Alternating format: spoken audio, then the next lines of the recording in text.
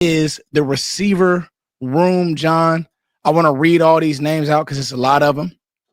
George Pickens, Jalen Brooks, Ryan Flanoy, Trayshawn Holden, Jalen Tolbert, Jonathan Mingo, Paris Campbell, Kelvin Harmon, CeeDee Lamb, Kevontae Turpin, Jalen Cropper, Josh Kelly. Guys, like, questions, who needs to pick it up? It's going to be a good one. John, take it away. I mean, it's like is easily CeeDee Lamb, but it could be George Pickens too. So that one doesn't really need much from me. I think that's pretty easy. But questions about, it's really Jonathan Mingo. Like we just haven't seen enough from him to think that, okay, well, on Sundays, he's going to be a factor. Right now, I just don't see it being that close. Now, that can change real quick off of some good practices out at training camp, but he needs to have those. And, obviously working with Dak after he wasn't able to after the trade because of Dak's injury. So that should go far. But I just haven't seen enough just to even put him in that group to where right now, to me, it's Lamb, Pickens, Jalen Tolbert, and Kevontae Turpin would be my top four before I even would get to where Mingo could potentially be.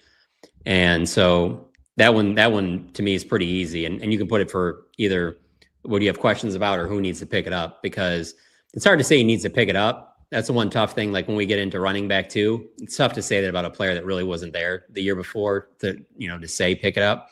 So for me to pick it up, it's going to have to be like a Ryan Flournoy or Jalen Brooks to try and make the roster. Like there's going to be somebody down there, because I do think that there's a good chance they keep 6 receivers. So who's going to be that guy? So I'll say Jalen Brooks for it. And I think I talked about earlier this week, he had a really nice catch up the right sideline, deep ball he caught from Joe Milton for about 45, 50 yards. And he needs to have a lot more plays like that so that he can solidify that other receiver spot. Law. Well, I like CeeDee Lamb and George Pickens to pick off of what John Machota was saying. The questions would be Ryan Flanoy, Jalen Brooks, and Jalen Tolbert. The people that need to make something happen would be, of course, to make this team is Trayshawn Holden. Did I say Ryan Flanoy? I think we already penciled Kevontae Turpin in due to the fact that he's a special teams guy. So those are my options right there. That's what I'm looking for. But the unknown is ultimately the Trayshawn Holden. I think that he will be the guy that can turn some heads in training camp and move somebody off the roster that we think that should be here. Maybe a Jalen Brooks or maybe a Ryan Flanoy. Maybe Trayshawn Holden can find a way to make a team. I mean, let's just be honest. If they had seen enough last year from Flanoy or Brooks or Mingo or Tolbert, they're not going to get George Pickens. They have to get. They went and got George Pickens because they hadn't seen enough from those guys. That's true. You would have had to see a hell of a lot to not go get Pickens. They would have had to really step up. I mean, it is the Cowboys though in the offseason. Yeah. I'm not saying they wouldn't have added a receiver, but I'm saying I don't know they would have added a receiver as good as George Pickens. Y'all would have had to really do y'all thing to keep them off of George Pickens. You know what I'm saying? And I'll start right there backwards because who has to pick it up? I think we're all saying the same thing here. I'm gonna just call it the associates at the Jalen firm. And I'm not talking about the guy that's the head of the Jalen firm. Jalen Tolbert's cool. But Jalen Moreno Cropper, Jalen Brooks, Ryan Flournoy works at the desk. Trayshawn Holden is the intern. Like the Harmon, the janitor, that whole crew, they have to pick it up because they're all fighting for scraps. They're fighting for maybe the 6 wide receiver spot. I'm not quite sure if it's going to be. They usually do 6. I don't know now. We're going to see because they got a nice little 5, right? Where you talk about Pickens and Lamb, Turpin, Tolbert, and whoever else is that last guy, right? That's a pretty solid start. And then I'll go back to Turpin. That's the guy I like. I like Turpin. I'm not going to use the obvious ones, right? Pickens and Lamb. But I like Turpin because if we're going to truly attack the middle of the field, truly do crossers and utilize guys more, he is such a wild card. Because with Pickens and Lamb out there, and even if Ferg's out there with them as well, you got to put 2 guys on that roof, Foots, and what that does. It opens up that middle of the field, And now you with motions and condensed splits, you might mess around and have a damn linebacker, trying to deal with Turpin in that zoned area or manned up or whatever. So really like what Turpin can be, because he can be a low volume, high production type of guy. He doesn't need 8 targets. You might get him 3 touches in a game. All it takes is 1 for that guy. Yeah. So I really like with him. Question mark would be John Domingo. Like quite literally, we don't know. Like you can throw me all the old Miss tape all you want. That I got 2 years of film in NFL, and just kind of very similar to Miles Sanders. You could say, oh well, Sky is the Panthers. Well, how do you explain? Was it Coker? Is that his name? What's his name? Jalen Coker. Yeah. How do you explain? I think he was undrafted too, matter of fact. Yeah, like there's guys that were productive. He just wasn't and got a spot taken. So we don't know. When he got here, he was playing with Cooper freaking Rush. So we just don't know. That's the obvious question mark to me. And just knowing how the Cowboys operate, it'll be hard for Mingo not to make the team because they gave him up a 4th round pick. They're going to give him every opportunity, even if he doesn't look great. They're going to give him every opportunity to show something. So even if he doesn't kill it early in camp or something like that, I wouldn't write him off at all. No, I think he has to be on this team. You give him a 4th round pick. He would have to be awful. You say that, but that's because it's the Cowboys. I don't think you can say that about the Eagles. They showed me with Bryce Huff that. No. Yeah, it's the Cowboys. They gave up a 4th round pick. We know that, bro. They kept Tristan Hill around 2 years longer than they needed to. It didn't take long to know. This dude isn't fit. They kept his ass around. For me, I like it. Boss man fat. As soon as Boss man fat shot up the club, see ya. Nope, not the Cowboys. My like it, Sky, is George Pickens.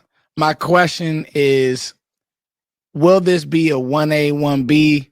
And I'm hoping it's yes. So, I think, and just so you guys know, the question doesn't always have to be a player. It could be about scheme, usage. Questions. Yeah, and so, for me, my like it, love it, gotta have it. George Pickens, guys. I hammered home that this team needed another weapon. Me and Sky have been talking about it. I'm doing a deep dive now on Dak's deep balls and how he. I'm with a pause on that. Pause there, Brian. Pause. And when I said I did pause it. I'm just saying. It did sound. It sounded crazy. But I did pause it. But that's because of this new generation. That's a normal football term. So Dak throwing a deep ball. And to be honest with you guys, I think that people, and even at myself at times, because of John.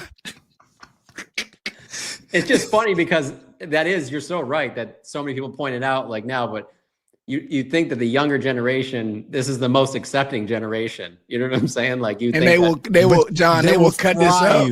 Right. John, they will clip. That's what I'm saying, but they will clip this up. They clip this up and then slow it down. Foot's be that's deep. I don't know. I saw this interview. This is totally going to go off the road here, but that Carl Nassib talked about how they were running a play to the other side and they kept doing it multiple times.